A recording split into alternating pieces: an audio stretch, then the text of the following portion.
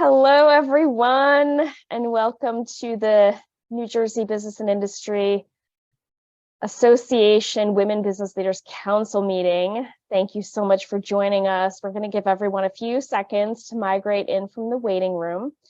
As you make your way in, please mute yourself and switch your view from gallery to speaker. If you're not sure how to do that, I'm going to drop some direction into the chat so that you can figure that out. A quick reminder that this program is being recorded and you are all muted for the duration of the program, with the exception of when we do Q&A toward the end. With that, an official good morning, everyone, and welcome. Thank you so much for joining us. My name is Kate Conroy. I'm the Vice President of Strategic Partnerships at NJBIA. We're so glad you could make it to this month's Women Business Leaders Council meeting. Just a quick reminder that we are recording. Big shout out to our co-chairs for 2023. Berdia Chambers, founder and CEO of Epic Transformation, Lorena Moscata, workflow strategist of Paradigm Marketing and Design, Sally Jo O'Brien, director of coaching of the Human Emergence Group, and Stephanie Staub, director of infrastructure and energy strategy and workforce partnership at the New Jersey Community Colleges. I would also like to thank our sustaining partner, New Jersey Manufacturers Group, our business roundtable partners, CGI and New Jersey Community Colleges Consortium, our presenting partner, PSE&G, our platinum partner, Prime Point, HRMS and Payroll, and lastly, our event partners, Association Member Trust, Focus New Jersey, and New Jersey Business Magazine. We could not produce events without their support. Thank you so, so much. We are going to incorporate some networking into this event, so make sure you take advantage of that a little later. And with that, just a tiny bit of information about BIA. We are actually thrilled that this group continues to grow and thrive under the leadership of such amazing women.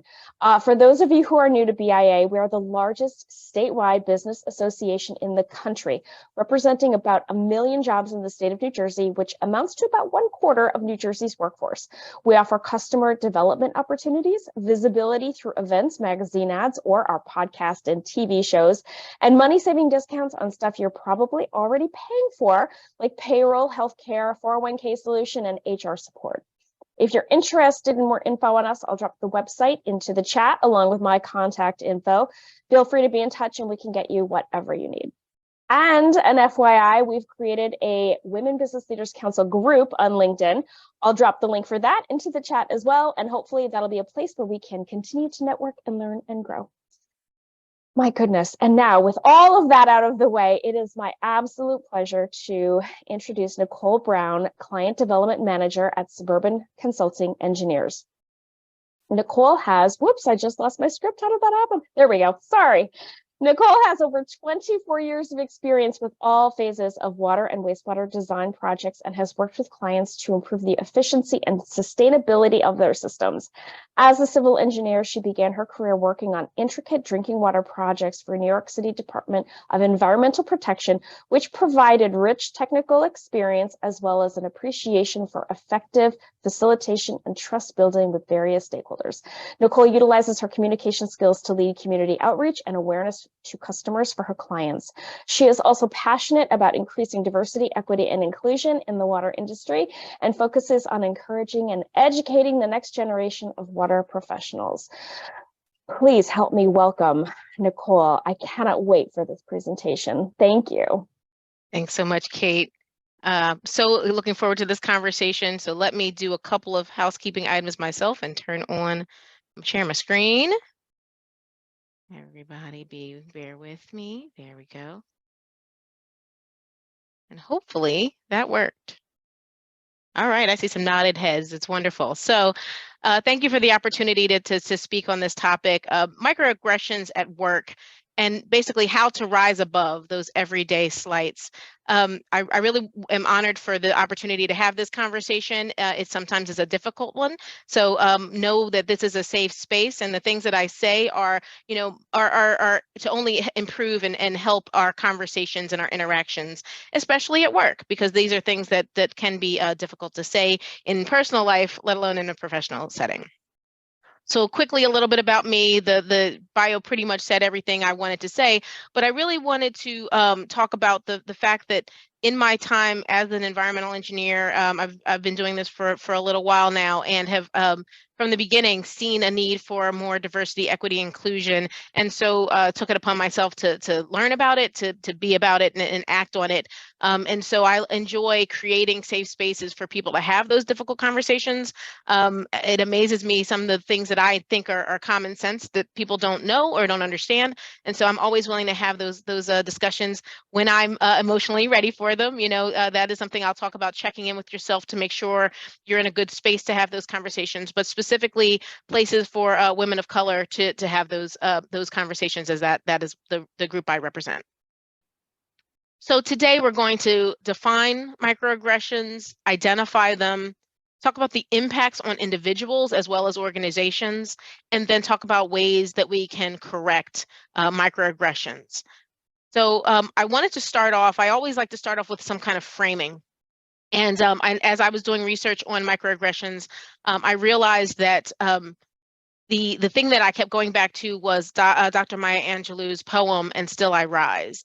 If I always like to talk a little bit about the people that I quote or talk through, is so most of everyone knows Dr. Maya Angelou as an author and a poet laureate, but she did so many things in her career. So I love to show this picture of her when she was younger, because the one on the right everyone knows of when she was later in her life. But she was she was a dancer, she was a waitress, she was a madam at a brothel.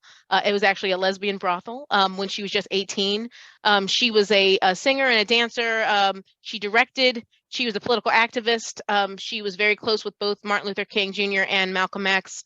She did so much, in her career, that we should recognize that when she talks about "And Still I Rise," she was really going through it through her life, and she rose above all of those things to make something interesting of all of her experiences. So I'm sure we've all heard this poem, but I'll quickly read it, pieces of it. "You may write me down in history with your bitter, twisted lies. You may trod me in the very dirt, but still like dust I'll rise. Just like moons and like suns, with the certainty of tides, just like hopes springing high, still I'll rise." And the reason I wanted to quote that piece of that poem is because when you are dealing with microaggressions, we want to think about rising above those. Okay, so they can be difficult, they can be painful, but we want to take a breath and remember that through that discomfort, if you talk through them, it can lead to an important progress. So let's define microaggressions. I think it's we have very new language in our world, especially after the murder of George Floyd. So I think that most of us have heard of the word microaggression, but I really want to get down in the weeds and just define it. So microaggressions, it's a phrase that was coined by Dr. Pierce in Dr. Chester Middlebrook Pierce, excuse me, in the 70s. He was a Harvard University professor of psychology, and he really talked about how it started talking about using it, how these everyday slights were impacting Black people. So that's where it started. So if you look at the definition, I'll read it if anyone wants to get deeper into it. It's a statement, action, or incident regarding as an instance of indirect, subtle, or unintentional discrimination against members of a marginalized group, such as a racial or ethnic minority. So, like I said, it started off being coined by Dr. Pierce in the sense of Blacks that were constantly dealing with these traumatic but small interactions from dominant groups, and how it felt it led to chronic humiliation. And it just, brought them down, down, and down. And it's evolved to the everyday slights we all deal with. But I just wanted to talk about, where it came from, and it's been around for a long time, since the 70s. So it actually, I believe it can be intentional or unintentional. We'll talk a little bit more about like the different gradations of microaggressions and the impacts. So I found this video about microaggressions that I want to play, and it's fantastic. It's only a minute and a half, but I think it really helps with the definition of it. So hopefully, if this works, we can all watch this. That I want someone to nod their head if they hear it, because hopefully that sometimes doesn't happen. For people who still don't think that microaggressions are a problem, Oh, you're so well spoken. just imagine, instead of being a stupid comment, a microaggression is a mosquito bite. Ugh, it's a compliment.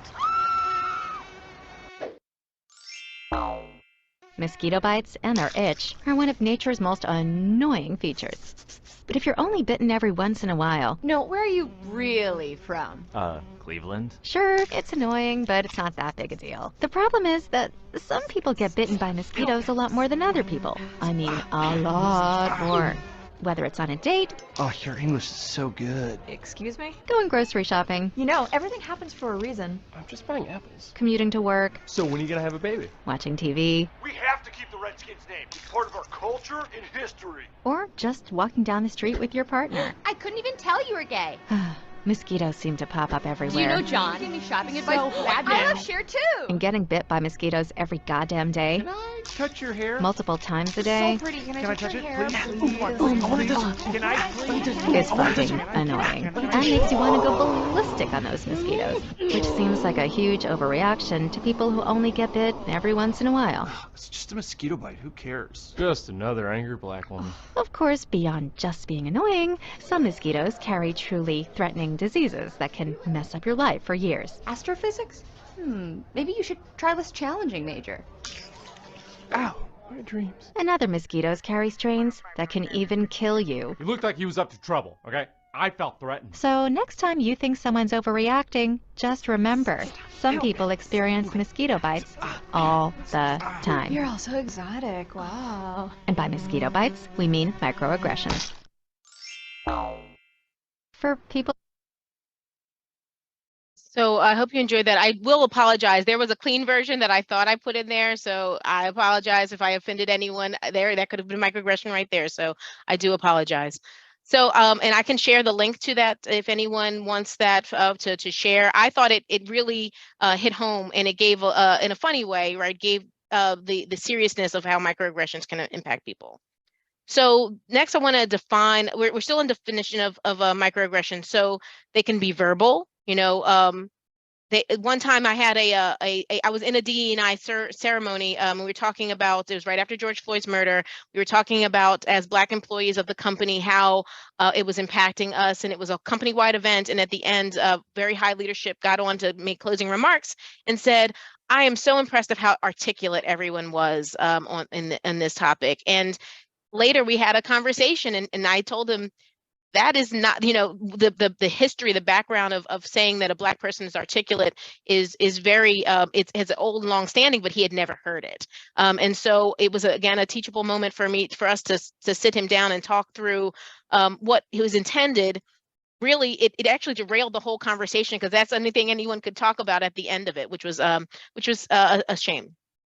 Nonverbal, you know, I know, and I usually tell stories of myself because I've been through them and I know how I felt, but I'm sure you all can relate to these. I remember being in high school, and I did a hairstyle that was kind of anti-gravity. It was very high and cool. That was in the late 80s, and we did that.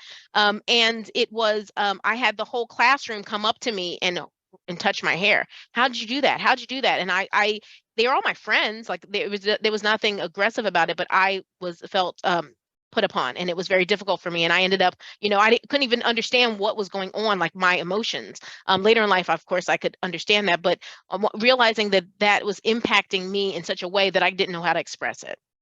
Another one is environmental. As I was a single mom for a very long time with a young child, and I have all these high-powered meetings, and they were being scheduled at 7 a.m. or 8 a.m. because that's when the rest of my coworkers were very were alert and ready. And for a long time, I just made do. Like, I would figure out childcare and go through all these things that were expensive and time-consuming to get my child to school. And it took months for me to say, "You guys, I just can't. It's just too hard." And we didn't even think about it. That was the response, right? So that's environmental. That the situation is a microaggression upon you. And of course, once I said it, we adjusted, but I had to say that because they didn't realize. And the last one is pretty new to us all, is the digital microaggression. So a good example of this is, of course, emails. It can go, it's almost like verbal, but in digital form, in emails and texts and all of that. But it also can be that if you have a difficult situation at home and there's a lot going on in your background and everybody's like, why aren't you on camera? I'm not comfortable. And it can be, again, it's a microaggression because people are expecting something of you and it's hard for you to adjust.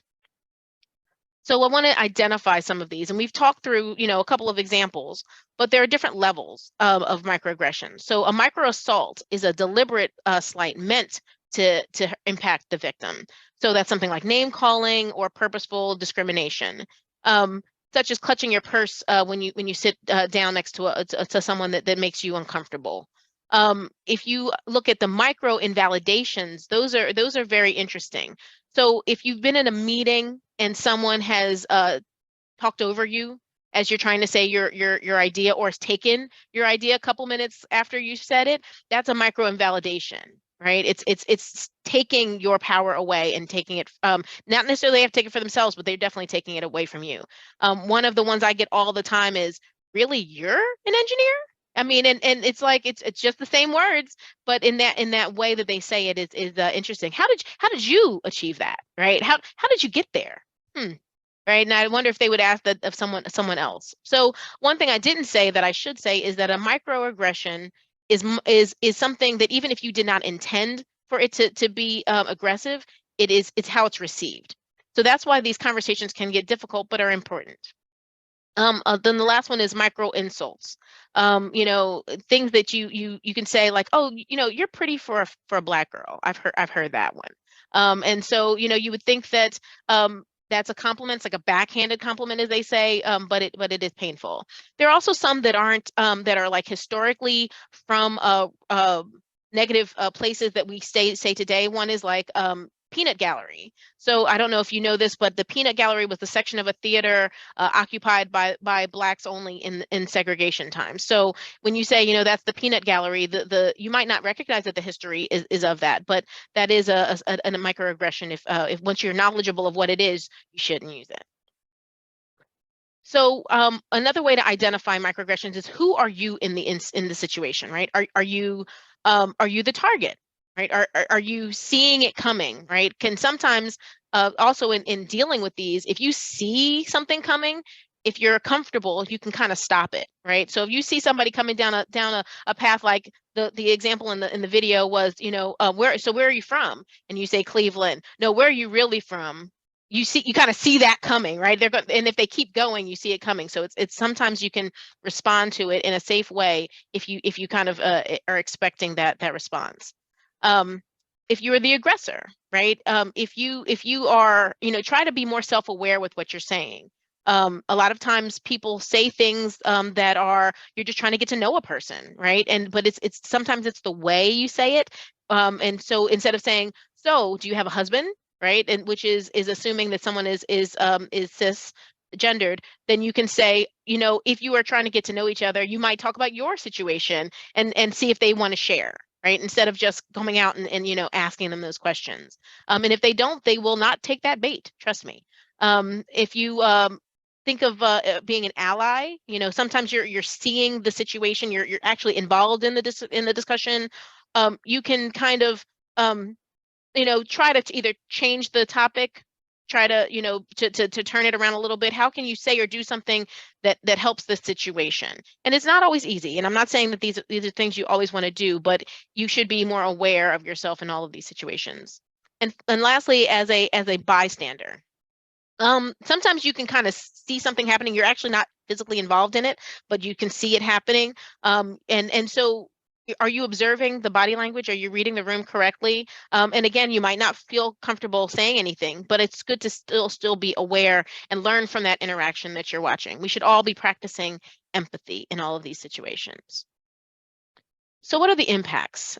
They can go from the individual to an organization, right? So an individual will have emotional and psychological distress. It can impact their work performance, their product. I mean, the case of me trying to get to work by a 7 a.m. meeting was very stressful, and I would get there kind of in a panic, and it'd take time for me to calm down enough to actually start doing the work.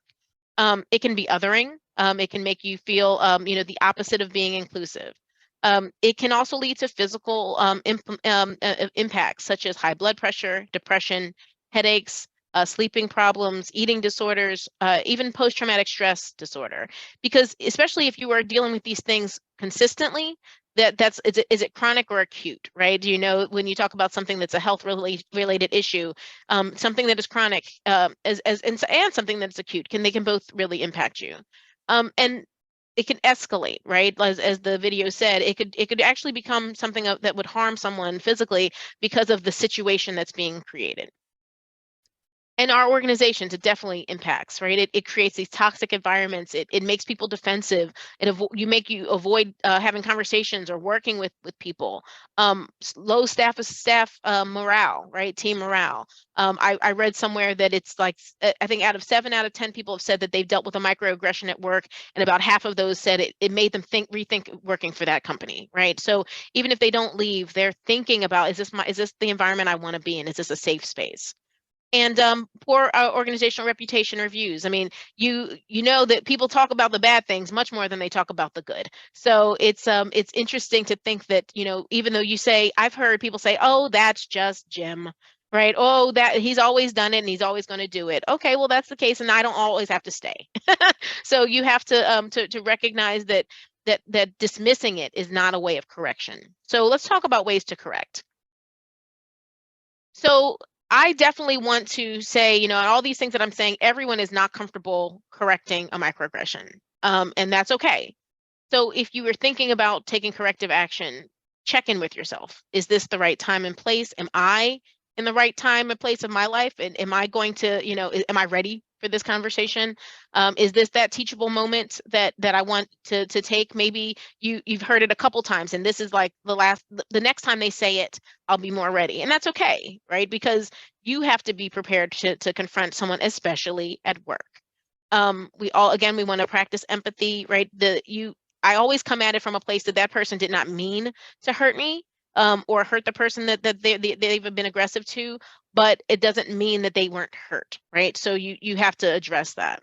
And sometimes you just have to pause, take a breath, get a cup of coffee, walk away, and come back to it because you're in a better space and you've thought through what you're going to say without being confrontational.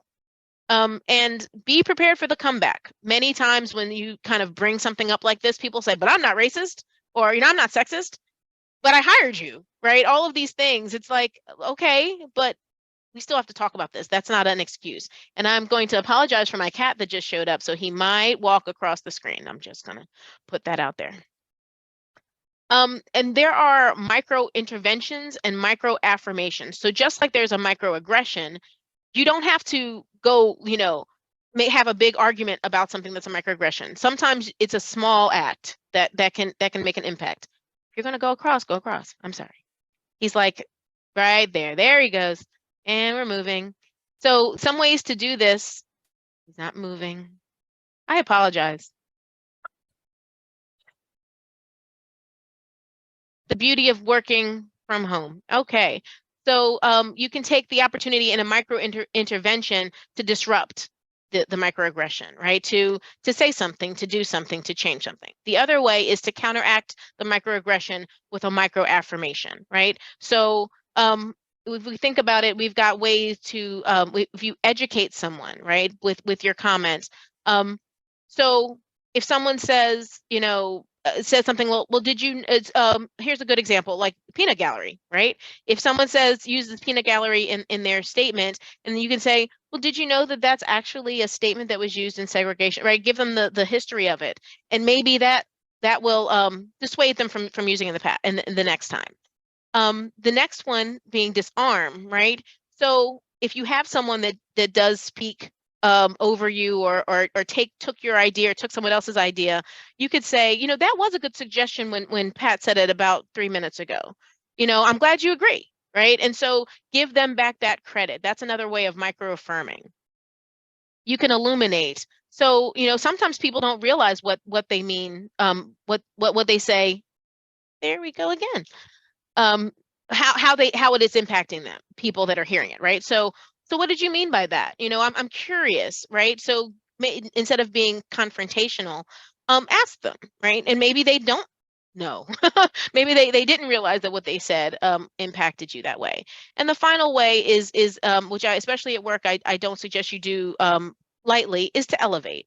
So, that is to go to another coworker, go to, maybe you're just trying to find out, did someone else hear it the same way you did? Maybe it is to go to their manager. Maybe, it depending if this is like every day, or it's something that you can't impact. Like if someone has things in their cubicle, in their desk, their office that offend you, like a pinup calendar or something like that, and you're just uncomfortable with it. It's very hard to say that to someone. So you might have to elevate that and say, what is the HR policy? I just want to be clear, so that maybe HR can tell them to take that down instead of you having to have that conversation. Because I think that a lot of times, if you think about it, as organizations, if you are a leader in an organization, you can avoid some of this, and maybe not avoid, but you can impact microaggressions by setting some precedents, right? If you set up where people can put their pronouns on their signature, or are comfortable saying them, that avoids the, what do you want to be called conversation. My pets are going bonkers now. The dog and the cat are trying to jump up on my desk, and I have a standing desk, people. So I thought I avoided all of this. Maybe you create an HR policy where, you maybe you do something like a microaggression training. So you put it out there and people are more aware. So there are things that you can do systematically to just kind of make people more aware of these things. And you can, again, you're not going to avoid it. People are people, but you can give them that awareness so that they are paying attention. And those HR policies give you kind of a blanket so that you can, before they even happen, but if they do happen, you can talk about them. So I really wanted to jump back into the conversation of And Still I Rise, because if you think about the words that I said in the beginning and the words on the screen, which I'll read in a minute, if you constantly are feeling put upon, and maybe even not constant, once in a while, it doesn't matter. If you are feeling put upon, if you're feeling downtrodden, you have the ability to take that and either, and deal with it in your own way, whatever it is. You can ignore it, you can do whatever you want with it, but it is up to you to do something with it, right? No one it's once it comes to you, it's yours. How you decide to deal with it is up to you. So I love these words. Did you want to see me broken? Bowed head and lowered eyes, shoulders falling down like teardrops, weakened by my soulful cries?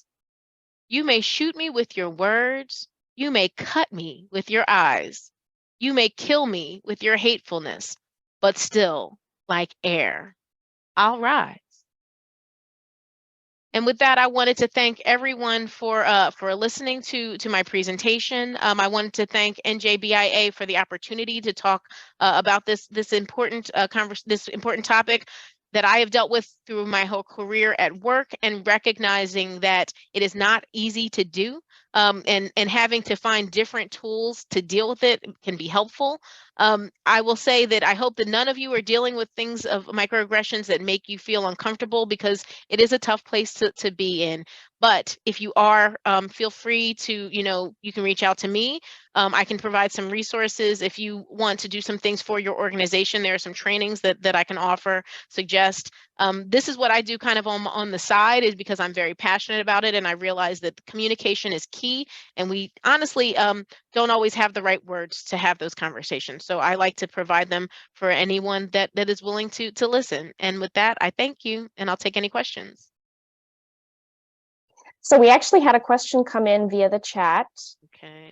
It was from Michael Delicio. Do you see a correlation between low emotional intelligence and microaggressions? Ooh, that is a great one. So let me figure out how to stop my sharing. Where'd the thing go? There it is. Stop share. So if emotional intelligence is something that it is in work, especially. I mean, I'm in client development, so I deal with emotional intelligence constantly, and I'm an engineer that moved into client development because I recognized that the emotional intelligence was not taught or not really talked about in my technical field. And I felt the need to really explain it to the client managers that I have. And that's what I do. I train them on, on those interactions, because I get it. Keep your head down, you do your work, you do your calculations, and that's all you have to do. But people are people. So you have to do the work for the people. So I do think that there is a link to emotional intelligence and microaggressions, because they are not, if you're not tuned in to those emotions, if you're not paying attention, which is that, which is missing if you don't have high emotional intelligence, you miss it. It's just right. And then when someone confronts you or says something, they're like, I don't even know what you said. Like, what did I say? What did I do? So that awareness is very important. I think that the further you want to go in your business life, emotional intelligence becomes more and more important. And so therefore, I think that there is definitely a correlation. Okay, I finally found the chat. That was a great question. I have another one. Yeah. As a business owner, what can I do to create an environment that discourages microaggressions? Yeah, I would definitely work with your HR team, and like I said, a training session. Even that video that I showed, I mean, if for the bang for the buck, for a minute, maybe 2 minutes, it shows a lot, right? And it really illustrates it in a way that everybody can get it, right? No one likes a mosquito bite. Everybody, is annoyed by those, and to see, can you imagine your whole body covered with mosquito bites? That's the impact, right? And so training, and also, looking at your HR policy for some things of, especially in the environmental microaggression space, right? Things that are on, what your work environment should look like, what you wear. I think that there have been some people, that wear like the shirts that have, like, if you've got a Confederate flag or whatever it is, right? And it's like, well, this is my person. I'm allowed to wear that. Well, wear that at home. This is making up someone else feel uncomfortable. So I think that those policies, and there are resources online for HR policies that can help you through that. And having an open door policy. I started this conversation saying it's a safe space. So if you even, sometimes people are afraid to say, well, I said something. Did I say, is that okay? Did I, like, they second guess themselves, and they're afraid to even ask someone else, like, did I mess up? Because I don't want to bring it up, right? And so I think that having a safe space to be able to have these conversations, and I've told people, I know what you were trying to say. I'm not saying that you were trying to hurt my feelings, but the way you said it, this is how I felt. So if you said it this way, I would have had a very different reaction. Now, everybody doesn't take the time and have those conversations like I do. I feel the need to, because I don't want someone else going through the pain that I just went through. So I've had conversations like, let me cry for a minute and then I'll come back. And they're like, wait, what? I was like, this is not about you. This is about me. Let me get a minute, and then we'll have a good conversation. So I think that, being open and honest about those is really important. And sometimes some people are better than others. Maybe that high emotional intelligence person that you have can have those conversations to help you out. Incredible. Okay, one more question. Some of the examples you offered seem like things you might say or ask in casual conversation to get to know colleagues. Questions like, do you have any kids? How do you effectively walk that line? So good. So, and I believe that there are many ways to have the conversation. One is, like I said, ask, talk about yourself and see if they take the bait. That's one way. Another way is just to say, so what do you do in your spare time, right? Instead of saying, so what, do you have kids? Like that it's like, no, and I don't want any. And sometimes people come back like that, right? And and then you're surprised. I didn't mean to offend, right? So you don't want that kind of interaction. And sometimes people have like pictures of their family or people on their desk. Oh, who's that? Your kids? That might be my niece. Like, you don't know, right? And so sometimes you're like, oh, who's that in that picture? You look so happy. Where is that, right? So put it in a frame that is more generic, so that you can lead them into the answer that they want to provide, right? I remember one time I had a coworker, and they had so many different pictures. I was like, I don't know if that's your husband or is that your kid? Like, I'm not going to guess. Like, I would have just gotten in trouble, right? It's like, so, oh, who's that? That picture's beautiful. Where is that? And if they are going to place it up there, they do want to talk about it, right? If they don't want it up, they would. I mean, if they don't want to talk about it, they wouldn't have put it up. So there are ways to just think about what you're going to say and make it broad enough to not make them feel pigeonholed into the thought that you have. Especially as women in business, Some of us have decided not to have kids, and that is okay now, right? I know 25 years ago, people were like, what do you mean you don't want to have kids? Like, I don't know. And it was a conversation that was so uncomfortable for us to have, right? And we're in a different space. So let's take advantage of that that grace that we're giving each other and have those more important conversations about what means something to them. All right, I think we have one last question. What if someone is well-meaning in their statement or question, but it is taken as a microaggression? Yeah, and that goes back to, you know, how you receive something is really the important thing, right? That's the impact. And I try to always think that someone is not trying to hurt me, right? Because I don't want to think bad of people. I want to think the best of people. But I think that in that case in particular, that person is probably saying something similar to other people, right? Because they may be a well-meaning person, a nice person, and they just are missing that. A lot of times, especially, you know, I get a lot of, you know, you look really nice today, Nicole, right? That kind of thing. It's like, you don't have to say it. Like, just don't say it. Because there's the, well, what do I don't look good any other day, right? It's you know, why are you noticing? There are all kinds of things that could go on in my mind. So if you're worried about saying something like that, then, you know, you don't have to say it. And it's like, you can say something. If you want to compliment someone, you can say, you know, you look like you're happy today, right? If you have a smile on their face or something like that, that's something that's a little more safe. But who knows? They might have a plastered smile on their face and they really can't stand you. So it's also not easy. So I'm not saying that this can be a minefield. And I think that you can go into it with a good heart and try, but be prepared for, you know, someone to say something, because they might not be ready to receive what you've given them. So it is not, like I said, it's not easy. And I think if we all practice more empathy, we'll be better off. Because even if I receive something and say, so I'd rather you say, or, you know, I wouldn't come back with them with a negative comment, because that's just not the kind of person I am. So I would want them to understand where I'm coming from. So you can both be practicing empathy in that case. Great answer. So we had a question come in via the chat. I went to a meeting last week, 11 white people, one other woman. I am a short brown immigrant. They maybe all knew each other, so there was no introductions at the beginning of the presentation. I knew one guy who was a little hostile when I introduced myself. The vendor was giving a demo. He made jokes about engineers. They just sit at their desk and don't know what's happening in the field. I was the only one in the room. He also made fun of government workers. I was the only one in the room. And should I write the vendor company owner and suggest they need D&I training? Yeah, I think that I would, if there's anyone that like invited you, I would have a conversation. Because everyone, like, jokes are funny, right? Jokes can get you in trouble. You know, the lawyer jokes or doctor jokes or all these jokes, and the funny thing is about a microaggression, it is based in a stereotype that we all have, right? Even I said, right, a lot of my engineers want to keep their head down and do their work.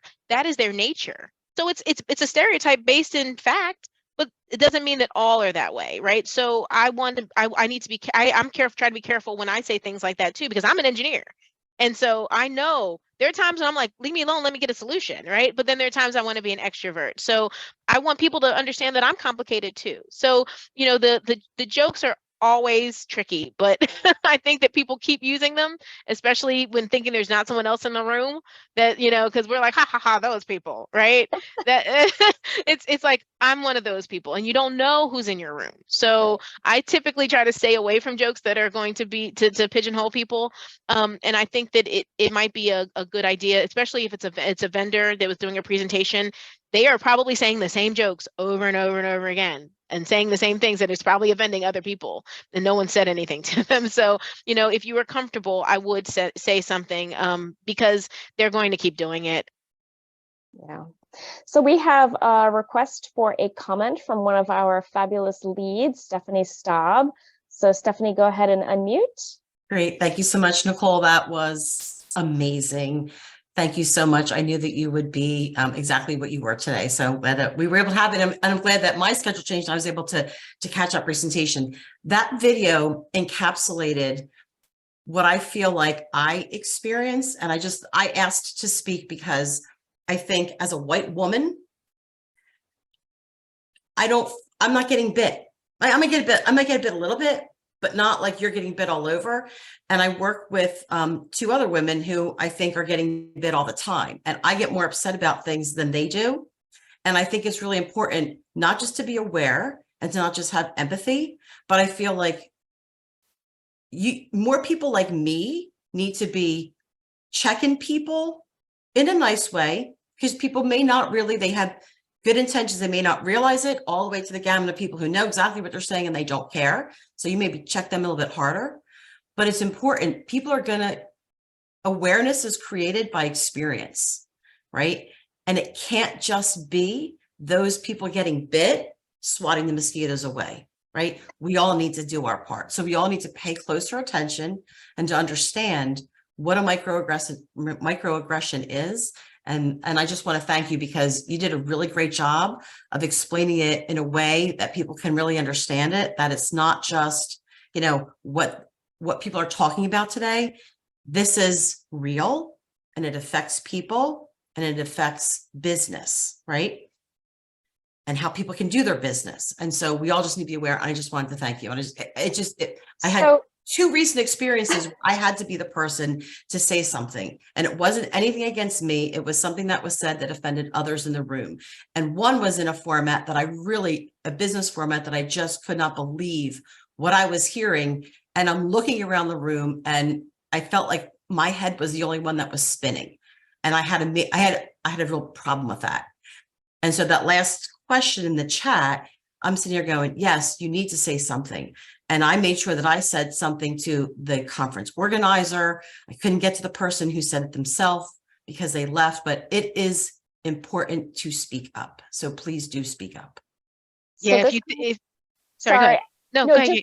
This comes to the root of how to be a good ally, right? So maybe you talk a little bit about that. Yeah, I was going to say, and one of the things about, if you are being bitten by mosquitoes all over, it is so hard to stop and say, Right. it's I give, right? So someone else that is not being impacted, and like you said, you have the energy, right? You have the power to say something from a different perspective. I hear all the time, oh, you just see that because you're Black. Oh, you just say that because it's like, that's how you see it, because I'm like, nope. There's empirical evidence that this is true. So it really helps to get it from another perspective. And, just like you said, it'll come differently from you. I mean, that's just the truth, right? It's the different perspective, and we all have privilege. I want everyone to realize, no matter where you are, you have privilege in some sort of way, and so you should use that privilege to even the playing field for people, because I know that my years of experience are a privilege, or the fact that I'm in a leadership position is a privilege. So yeah, I'm Black and female and young, cool, but I have privilege over some things that I want to make that change, right? And it's good for you to do that. And one real quick thing, Stephanie, I laugh because my boss always says she's an engineer, that she was, blonde and pretty and young. And everybody was like, you can't really know what you're talking about. So guess what? That's a microaggression too, right? Absolutely. So just because you're, female and white, you're being put upon in ways that people don't respect. And it's like, not fair, not cool in any way, shape, or form. So it's something that people can have in all walks of life have experienced, and we should all work for each other to get over these things, to get beyond them. We need to rise. Agreed. And I stopped telling people using the word privilege, because I think sometimes they get confused, and it kind of starts the conversation. I just say, I'm blessed and you're blessed. So think of it as a blessing and not just a privilege, right? Yeah. I'm blessed to have certain things other people don't have. And I'm blessed that I'm not being bitten by mosquitoes as often as my Black friends are. And so it's up to me to swat those mosquitoes away. Appreciate the allyship. I love that. All right, I think that is all the questions. So I think we're going to jump into, not cool. Oh, yeah. Aaron wrote in the chat, not cool is exactly my go-to when I witness a microaggression. Yeah, that's a good one. Thank you. Thank you for that. So I think we're going to jump into some networking right now. But thank you, Nicole. Again, that was an incredible presentation. I like to think of myself as an ally, but I feel like I'm always learning, and you definitely taught me something today. And so I'm so grateful that you made time for us in this.